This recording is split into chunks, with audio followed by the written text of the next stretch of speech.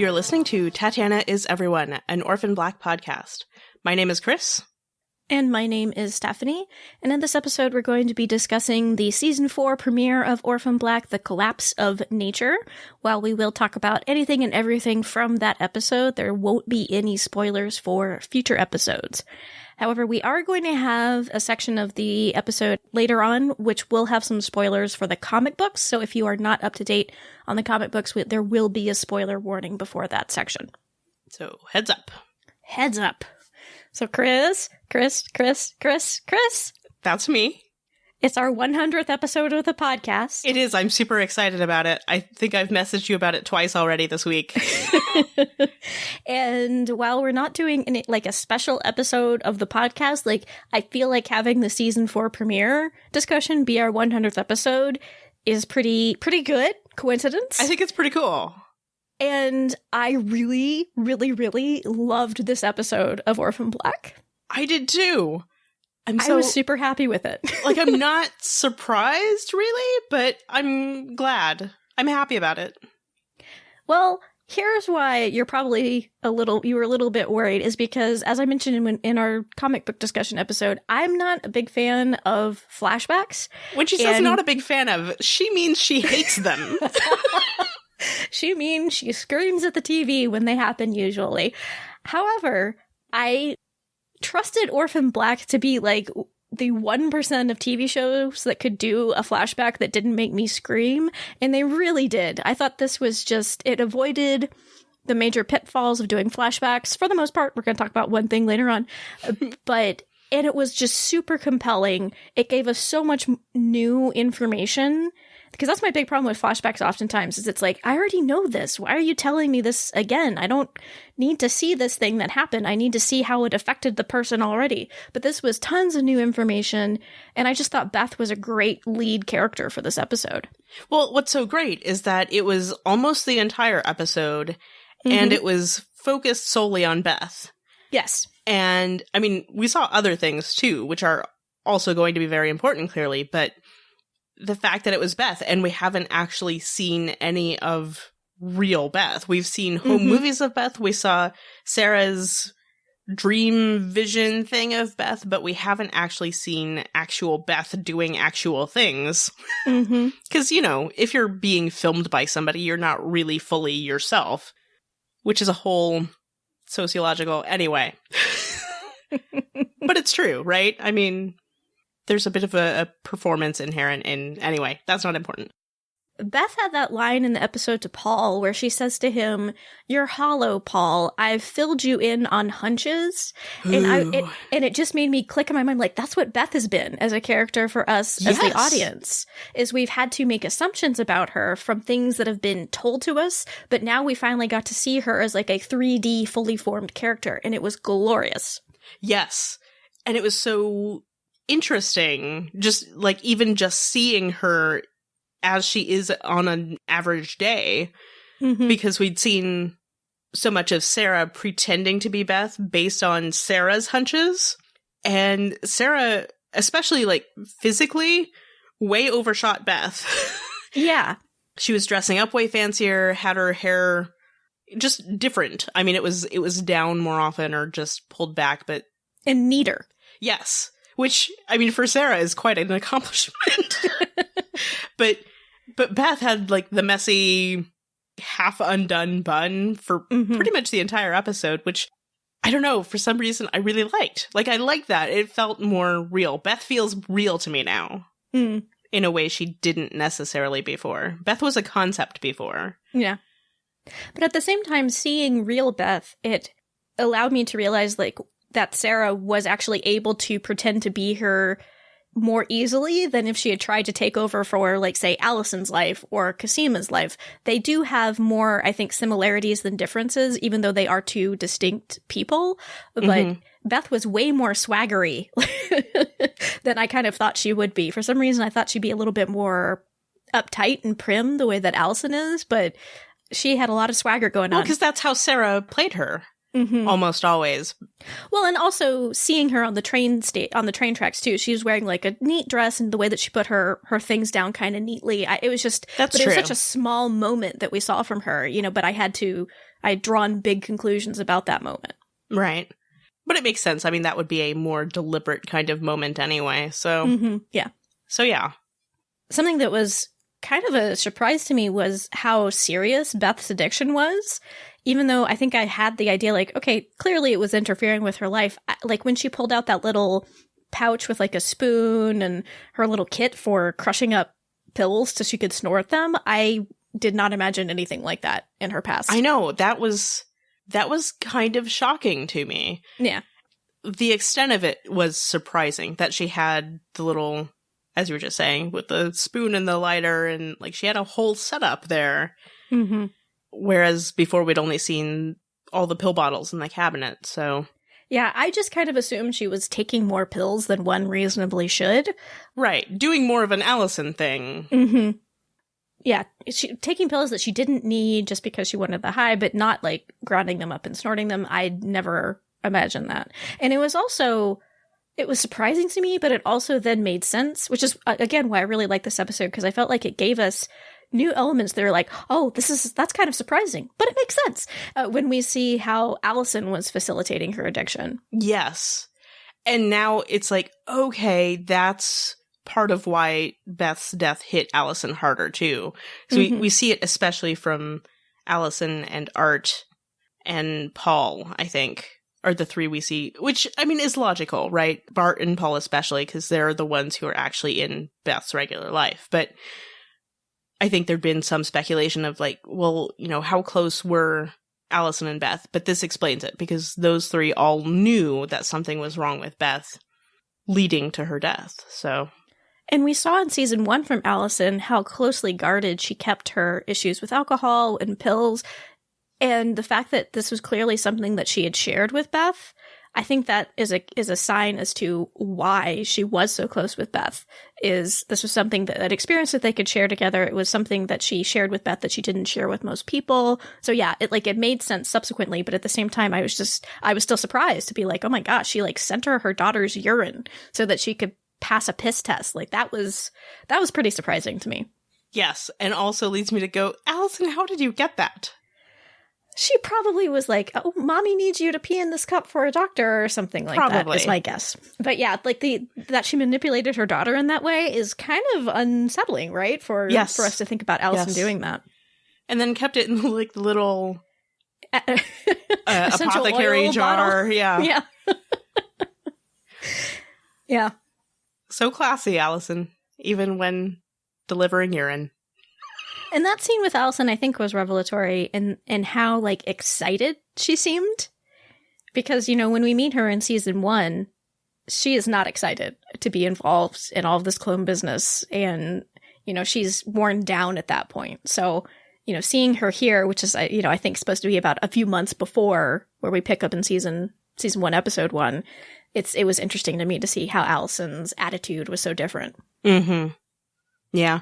One wonders how much of that has to do with everything involving the Maggie Chen murder. Mm-hmm. Yeah. I think it was also interesting to see Beth acting in the capacity of a cop, which is most of what the episode was, in the half anyway. And that Beth really, addiction aside, seems to be a really good, solid cop.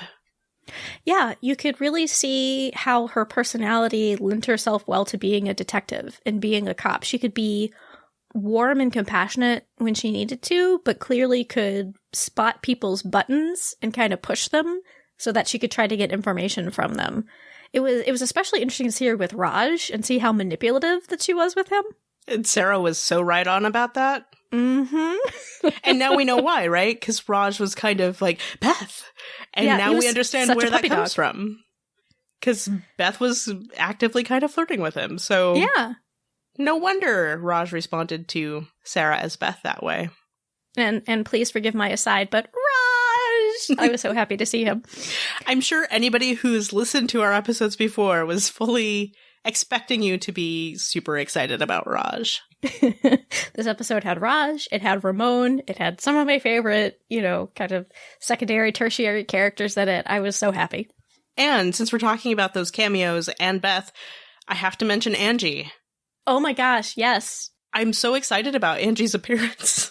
Well, and it was great because she brought with her that element of Angie that I loved in season 1, just like how much she loved being a detective. It's like bifurcated dick, huh? And something about you guys always get the weird ones and it's being not fair, so jealous about it. Yeah. And I feel like I have a better handle on Angie now, too. Because we'd wondered before, because she seemed vaguely, I don't know if hostile is necessarily the right word, but... competitive. There you go. She was competitive with Sarah as Beth, and I feel like maybe that's a little bit clearer now. Yeah. I mean, she was right. Beth was super shaky and clearly going through withdrawals in that scene where they're at the cafe or the restaurant. So Fungs. Which was also mentioned in the first episode. Yep. That's where they met when they were going over the Maggie Chen shooting. Case. Yep. And speaking of Raj, we also saw that moment where she asks him for the surveillance equipment, but we see her put up the equipment in her apartment, whereas they found the equipment in Paul's office. No, they found the equipment in the trunk of the car. Well, that's true. And then Sarah put it in Paul's office. Thank you. Okay, so the equipment was in the apartment. They found it in the trunk. And so I'm wondering, since we're getting a reminder of that surveillance equipment and seeing that she put it in their apartment, if that surveillance will surface maybe this season and if it might be useful to Clone Club in some way. I'm assuming that will be the case, yeah. Yeah. I wonder if MK has it. That'd be a good guess, maybe, especially since we see that Beth did have a relationship with her and would go to visit her and things. Right, and that, I mean, to our knowledge, Allison and Cosima don't know about MK, so that might make sense if MK is the one who warned her about Paul, and of course, Allison and Cosima didn't know about that either. Right. So it makes sense that Beth might have trusted MK with any relevant information she got regarding Paul. That's a good guess. I like that guess. Thank you. Because we talked about previously how flashbacks didn't really seem to be in the show's wheelhouse, but, finding videotape and that sort of thing was more how they would bring in elements of the past into the current timeline. So, why not both? They did give us a flashback finally, a long flashback, and I'm wondering if then we'll have video from Beth as well later in the season. Well, because I've been wondering, after seeing this episode, I've been wondering if they were going to do another flashback. Or more flashbacks, another episode that's just flashbacks. I mean, I don't know, because it feels like the door is open to it now. Yeah, and quite honestly, I wouldn't mind, because we do feel like we're dropped into the middle of a big web of something, and we've talked about how much we feel like we didn't know about what was going on with Beth and what all she knew and didn't know, and I feel like there's plenty of story for them to tell in that period before Sarah comes along and, Beth commits suicide. So I honestly would not mind at all if they did another episode similar to this one that took place primarily in the past. Same.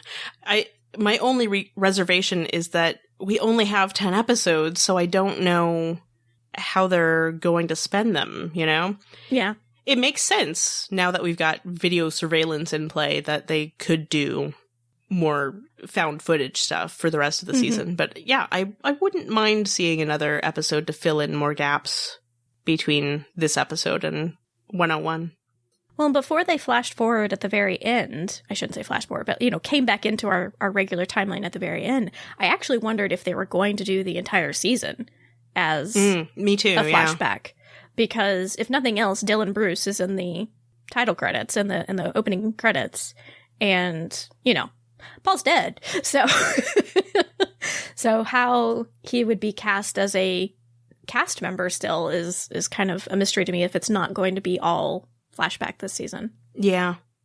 I didn't watch the entire promo because I try not to watch them, but the promo for next week suggested that it wasn't a flashback. Right. Or at least some of it was not a flashback like this episode. I mean, even the fact that they ended this episode this way, I think leads us to think that the majority of the next episode, at least, won't be in flashback. But, you know, as we say, we don't know. Right. I did watch the promo, but I still don't know. Right. But logical conclusion would be that it would take place in our regular timeline. Yeah. I think that's likely. Which is either 2012 or 2015, depending on which of Orphan Black's own timelines they're doing. I'm sorry, Orphan Black, but it's true.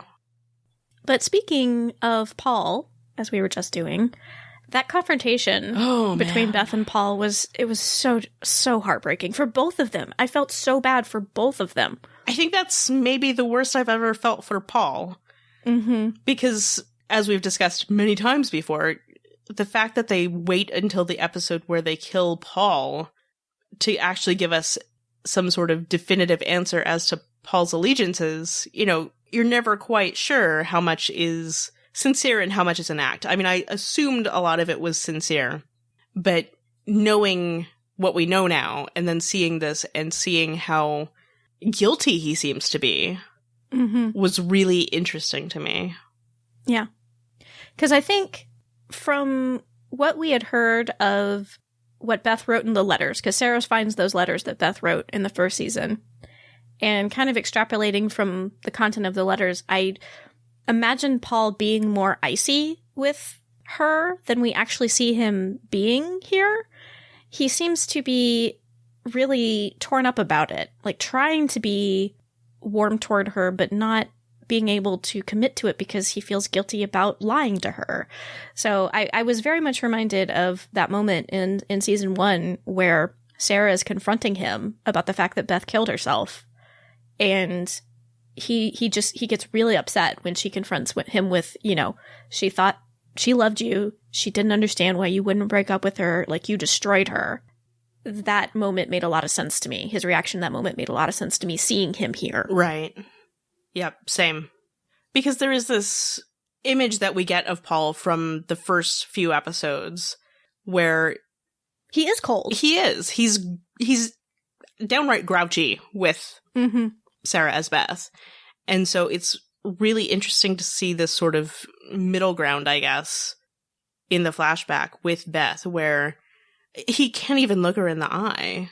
And how upsetting that is, I think, to both of them. Yeah. And I do think this is a mark of a good episode, good writing, even though I knew that Beth was not going to shoot Paul in that moment where she had the gun to the back of his head. I was still worried. Like, that's a good sign that you're watching a well-written, well-acted episode. Even though I knew the outcome, I got worried when I saw that gun. I was like, oh my gosh. So, well, it's like you knew she wasn't going to shoot him, but you didn't know where the scene was going to go, really. Because was Paul going to turn around and see that she had a gun trained on him? How was that going to affect things? If that's how it played out, I didn't think that was how it was going to play out. But yeah, the fact that you're not totally sure, even though you know the things that happen after it, that, yeah, you're right. Good job, writers. Because that wasn't the only moment. There were a couple of moments where, even though I knew, like, oh, that character's going to be okay, or what have you, I knew the ultimate outcome, I still was surprised, or I wasn't sure what was going to happen. And yeah, I think that's just a hallmark of a well-written, well-acted episode. Well-directed. All the things. All the things were good. A well-created show, yes. Speaking of all those things, shall we talk about art? Yes, because this was also kind of heartbreaking to me in a, hindsight way, because we see how Beth and Art's relationship was at this moment in time and how close they were and how close they got. Yes. And thinking of that relationship that we see versus how hostile Art was toward her at the beginning of season 1, it just kind of was heartbreaking to me. Yeah. And again, it's one of those things. The whole thing's clearer now, but I also don't think it's too different than I'd assumed it was, but it's still rather affecting, given that we're at the point before Maggie Chen gets killed by Beth. Because I feel like that's probably the big change regarding everyone in their relationships to Beth, I assume. Yeah. No, I agree. Because I think when they revealed in season 3 where, Sarah and Art are talking and Sarah realizes that Art was in love with Beth, me personally, at least, I was thinking that love was like just unrequited. And while I think what happened between the two of them here was really motivated by that really upsetting confrontation between Beth and Paul, and probably there was some unrequitedness eventually, on Beth's side at least, I didn't imagine that they'd actually slept together at some point. So the fact that happened between the two of them, the fact that then immediately he was there for her when she really needed him, again, it was just like so heartbreaking to think that that's where their relationship was, and then it got to be just so hostile and cold by the time we see them going through all of the business with IA in the beginning of season 1. Mm-hmm. But it makes perfect sense, Right. Like, you could imagine Beth pulling away from him after this happens and Art getting angry and hurt about that. Like, you can imagine how the relationship would change, but it's still difficult to think about. Right. And also explains why Art seemed so frustrated with Sarah as Beth when she was being weird about her relationship with Paul. Yeah. Like, that makes a lot more sense to me now, too.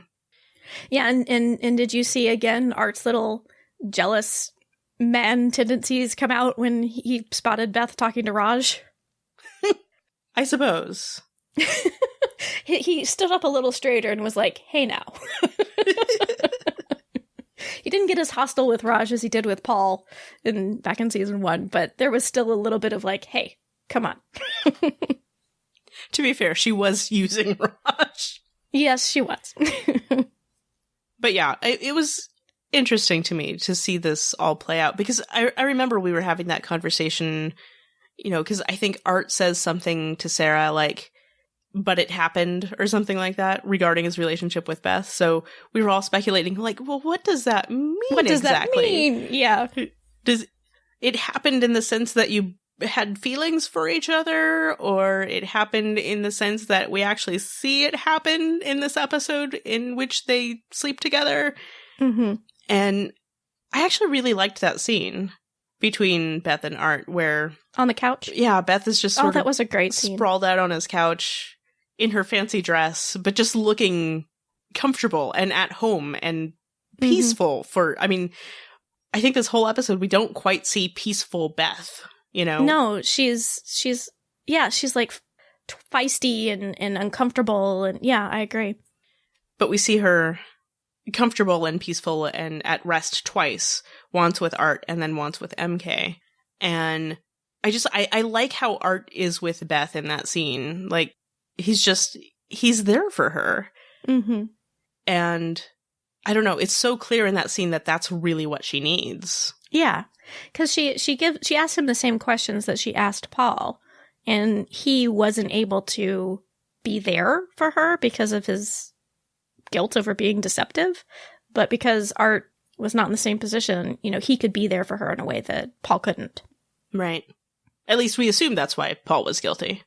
True. There could be things that we don't know about. That's fair. Because it's this show. Mm-hmm. But yeah. But I like that at least Beth had somebody who was a decent human being in her life. Yeah. Decent in the sense that honest and non-deceptive. And speaking of Art being a decent person, we meet his daughter. We knew he had a kid. And she is so cute. She is. Maya is so cute. She seemed like a real sweetie pie. I was really happy to get to see him just hanging out with her on the couch and see him being a dad. It's nice, because we get hints of it in the past seasons, but like there's a little drawing that he's got on his fridge or on his wall or whatever it is. And... Mm-hmm. But yeah, it's like, oh, there she is. She's adorable. And you were also talking about the relationship between Beth and MK, which was completely new information, right? This is a new clone to us on Orphan Black, the TV series. We haven't seen this clone before, and she was an interesting figure. Definitely Scandinavian, based on the accent. Yes. Apparently, Tatiana Maslany based her character, like, I think voice and mannerisms and such on Bjork. Bjork is awesome. I love Bjork. So, because they said that in the After the Black, Orphan Black special, like after show special. I don't know if you watched it, Stephanie. I did not. Okay. I have no access to watch it. Okay. I didn't think so, but I wasn't sure. But I watched it after the show, and they said on there that she based MK on Bjork, and I went, oh! oh, that's why MK seems really familiar to me. It's because she's Bjork. If Alita clone was Bjork, she would be MK. And I went, oh, I get it now. Yeah, I don't know that I've ever seen Bjork with wavy hair, but I think she had a similar haircut back in the 90s, so I can see it. A lot of MK reminds me of that. There's that one, I think it might be the debut album cover. Mm-hmm. And it's like, yep, I see it. And her fondness for the sheep mask, again, a reference, why again? We haven't said it, but a reference to Dolly the sheep. I said it in the episode before this. So. Oh, okay, there we go. Again, a reference to Dolly the sheep. Why Beth got a fox, I'm not entirely sure, but... Yeah, I don't know that either, but here's the thing. Here's the thing about the sheep mask. Okay. If you're out in the woods at night, in the dark, and you're trying to stealthily follow some people, why would you wear a bright white mask? Yes, the color was not a good choice for that situation. Mask I can get, but why a white sheep mask, I'm not entirely sure. And it's like a plastic mask, so it sort of amplifies the sound of your breathing. You're noisier and you're easier to see. Why would you do it? Nobody asked me, though. These are the things I think about. But I'm curious about MK because Cosima, when we hear her on the phone to Beth, Cosima makes reference to the sick German. Mm-hmm. And back in season 1, I believe Cosima tells Sarah that it was Katya who got into contact with Beth originally. Am I remembering correctly?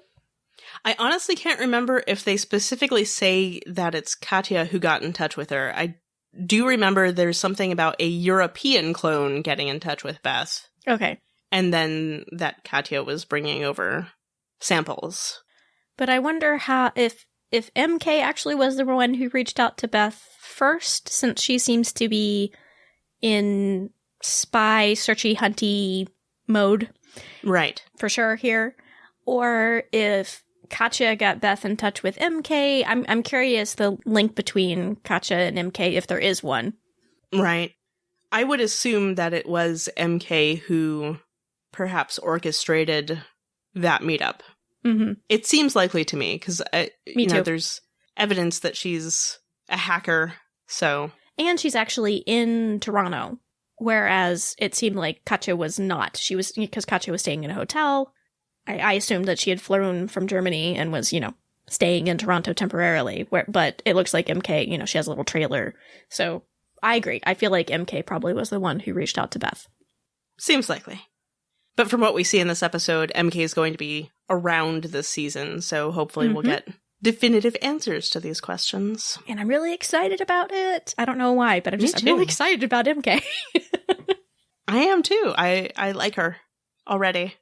It could be because she's Bjork. Yes, and I liked when she made the iced tea, she told her specifically how much powder she put in and how much water. I don't know why, but that just made me like her preciseness in that. Yes. I heard on the interwebs that MK is neuroatypical, so that will also be an interesting clone variation. Okay. Which, I think there's evidence to support that in this episode. So. Yes. The timing, you have 3 minutes to talk. there's other reasons for that too, but yeah, once you say that actually, that does click a lot of things into place. Right. Also, I liked her line to Beth. Maybe not liked, but thought it was worth mentioning. How about that? You're not scared enough. Mm-hmm. So it's like, what has MK seen? Yeah, for sure. And I think as the audience, we, knowing what we know that Beth doesn't know, we're like, yeah, Beth, you're not scared enough. It's true. It's true. Because she just goes walking up to Aldous Leakey. And I know she doesn't know who this guy is, but still. As the audience, we're like, no! Danger, danger! Walking into Olivier's club, walking up to Dr. Leakey. Oh! But yeah, and we also see that scene between Beth and MK, where Beth goes there after all the other stuff happens, and just is comfortable enough with MK to fall asleep there. Mm-hmm. So I want to know more about that relationship. Yeah. Because it seems like it's important. And I like your theory that maybe MK has the missing surveillance that Beth did on Paul. It makes sense to me. No, I think it makes perfect sense. Okay. Thank you for your validation. So we had a hint at the end of season 3 that season 4 would be going back to the Neolutionist, really exploring the Neolutionists. And I think this episode also served as a good kickoff for that type of storyline. Very true. Even though we knew that they were going to find a worm eventually in that guy's so soon. cheek. I know. It does give us, a new glimpse into the Neolutionist world in this episode. Yes, we were introduced to the cheek choppers, which upon first watch, I thought they said tree choppers. Which makes more sense, like, without knowing what happens. And then you see the thing, cheek choppers, of course. I mean, I knew as soon as they showed the cheek that had the square cut out of it, I was like, that guy had worm. A Neolution worm in him. Yep. And ew. Ew. Oh, speaking of, shout out to Janice Beckwith showing up. I loved her line about cause of death being an exploding cigar. Exploding cigar, yeah. It's so inappropriate, but oh, Janice. Beth also had some really good lines. I liked her. I want to get my boobs changed into like some corkscrews. Like a corkscrew. and her also like, out of the blue, does she bifurcate dicks? But I also like Trina's reaction to that, where she was like, that's an alteration, not an implant, parentheses, stupid. Yeah. My dad cringed so hard at that, by the way. Oh my gosh, there was some real gross bits in this episode, which is not uncommon for Orphan Black, right? They do tend to have a little bit of gore in there. And the return of the tail. I was not pleased to see the tail again. Keep your tail under a coat, Olivier. The pants. The specially tailored pants. And the ring, the jewelry piece to adorn the tail. Ugh. We get it, Olivier. Put it away. Like your tail. Put it away. Stop flashing us your tail. I'm just saying. But we were introduced to a new mysterious figure who Leaky suggested was connected to these dead bodies, or at least the dead body that we see in this episode. Was her name Evie or Edie? Evie. With a V. Okay. As in very interesting. Yeah, it sounded like Evie when she introduced herself, but then it sounded like Leaky called her Edie, so I was confused. But it's Evie Cho. Yes. So who is she? Like evolution. Oh, there we go. Or that's evil. That's a better example. Mm-hmm. But yeah, I mean, I am super curious about Evie Cho now. Yeah, what is her role in the Neolutionist movement?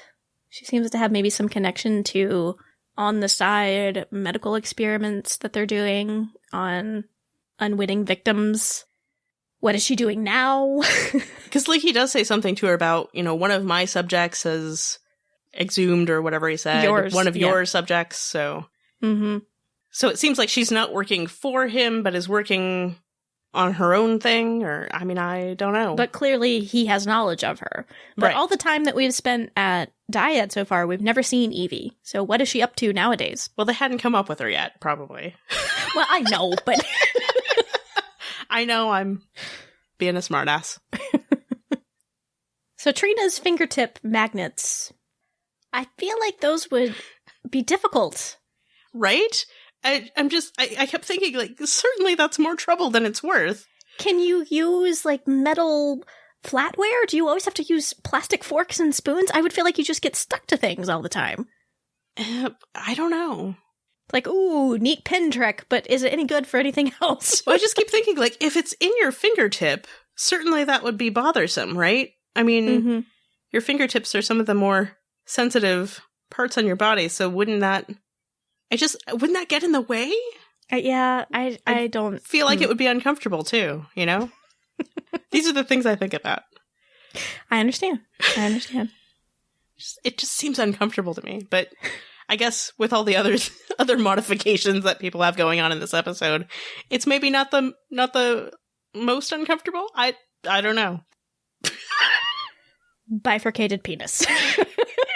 I wasn't going to say it, but yes. Maybe it's a statement on the duality of male and female art. No, it isn't. Art. But anyway. I thought it was nice that we saw in this episode Allison used the same flower arrangement trick to send illicit goods to one of her clone sisters. You mostly liked it because it brought Ramon back into the picture, didn't you? Well, that too, but I liked the touches where we see that, you know, callbacks to previous things that we've seen on the show. Oh, me too. Me too. I'm teasing you.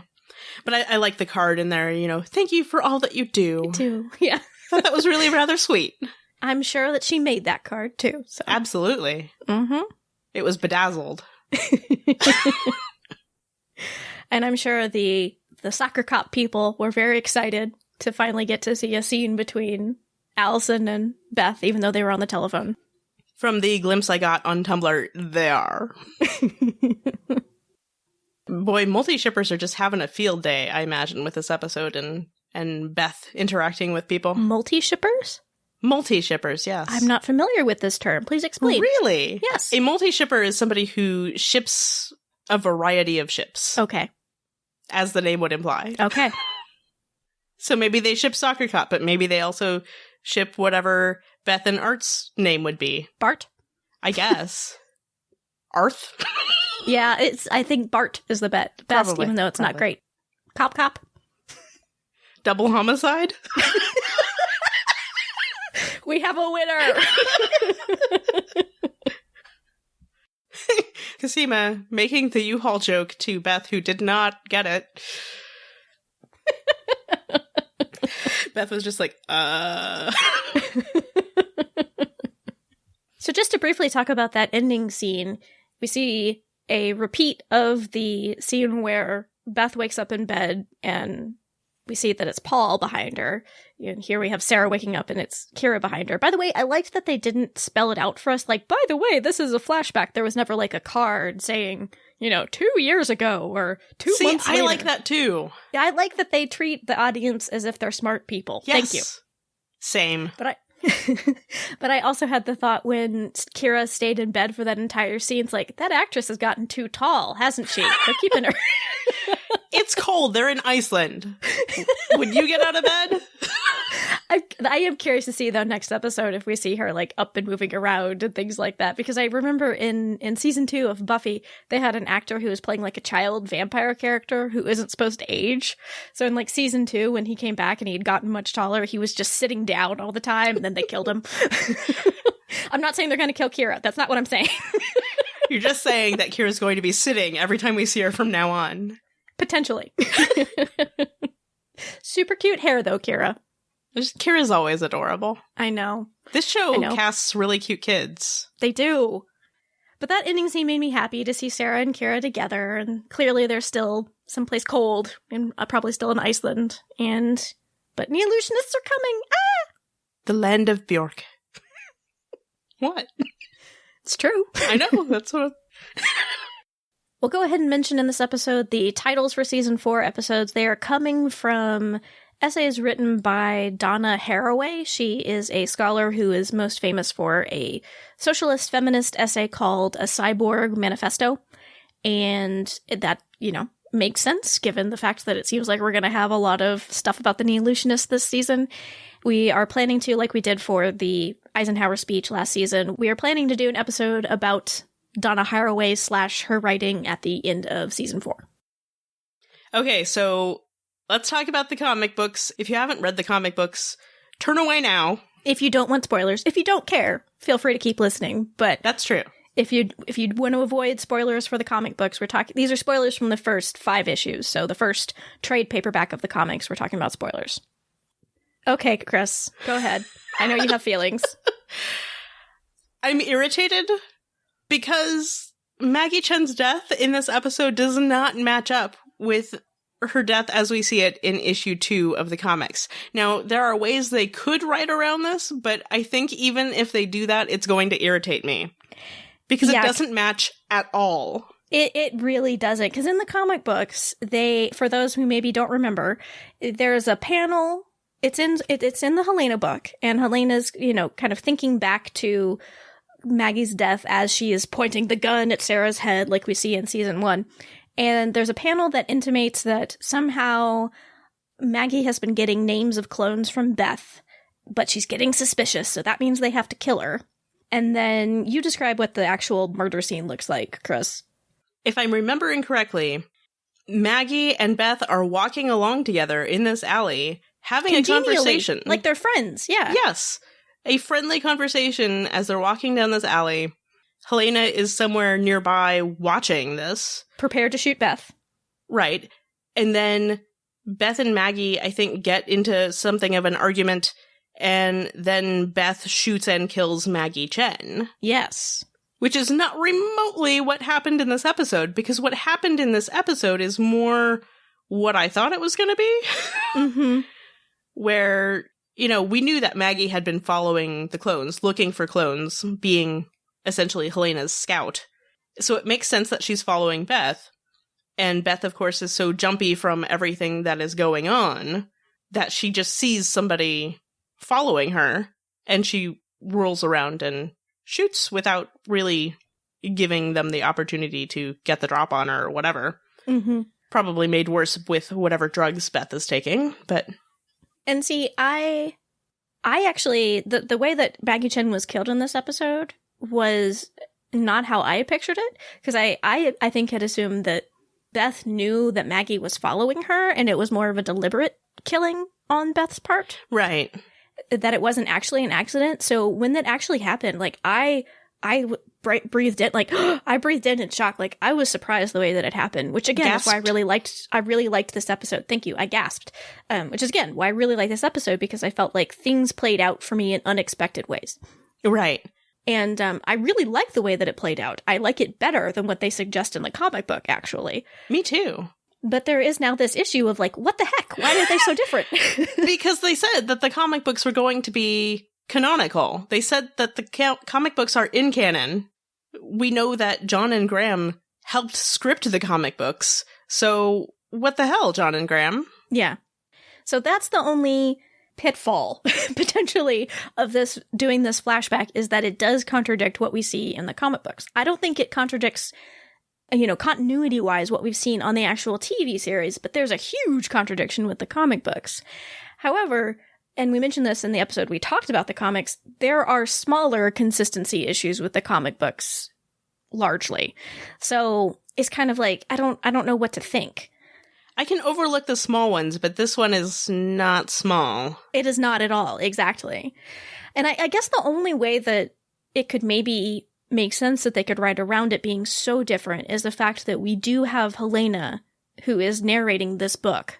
And Helena is, I think, by definition, an unreliable narrator. Correct, yes. So is this the way that she has built up Maggie's death in her mind because she's so upset that Maggie died? And it didn't actually happen to that way at all. Like, the way that we see it on the TV show is actually the way that it happened. I don't know. Right. I mean, that's what I'm saying. Like, there are ways they could explain this away if they chose to. Because it could be that they were actually getting names from Beth, but without Beth knowing about it. Because maybe, well, I mean, we know Maggie Chen was following Beth, right? So maybe she followed her to, I don't know. I guess we haven't seen them actually seen Beth meet up with Allison or anything, but, you know, I could see how that could be a thing that happened, that she somehow traced Beth and found Cosima and Allison through Beth. So it's possible that they got names, or possibly from Beth's communications with MK, since Beth clearly wasn't being careful enough. Mm-hmm. There are ways that they could sort of explain it where parts of it make sense, but yeah, or with Helena being an unreliable narrator, but I'm bothered by it. I don't blame you. I'd actually forgotten about it until you brought it up, and then I went and I looked in the book. I was like, oh yeah, that's completely different. So it is puzzling, like, why they would say that the comic books are in canon, and some of the stuff that they reveal in the comic books were then revealed on the show in season 3. So there are many things to suggest that they are canonical, but this huge inconsistency is a little baffling. I watched the episode and then went full Tina Belcher and was non-canonical. If you don't watch Bob's Burgers, you probably should. It's worth it for the friend fiction alone. Erotic friend fiction. That quote, by the way, non-canonical, is from the episode Equestronauts, FYI. Kris wants you to go watch it. We'll wait. And then obviously for those of us who have read the comic books, we have MK, who is actually Vera, whose last name I can't pronounce. Her artfully cut hair is covering the scar on the side of her face, which you do get glimpses of when she's moving around if you're looking really carefully. Mm-hmm. It's like, if you know it's there. Mm-hmm. Yeah. But otherwise you don't really see it. And then we got to see Emmy, who was Casima's ex-girlfriend / ex-monitor. And I thought that was interesting that Emmy was willing to help her move her stuff, even though they had broken up. But I guess maybe because she's her monitor, she was still kind of hanging around. Well, I mean, from what we see in the comic book, she's basically obsessed with Casima. Yeah. So she was still hung up on Casima. So you're right. That makes sense, I guess. I still was thinking, man, that's nice of her. Oh, me too. I was like, they just broke up, but Casima's on the phone with Allison talking loudly about how she's moving, or on the phone with Beth, talking about Allison loudly. Mm-hmm. I was like, I guess it's good she's her monitor because she knows about, except no, she doesn't know about the, I don't know. Yeah, I don't think she knows that Casima knows there are other clones. Right. So yeah, that's true. Casima was not being very stealthy in that scene, but that's kind of par for the course for Casima. It's true. Walking around college campuses loudly talking about clone stuff. Yeah, top secret information.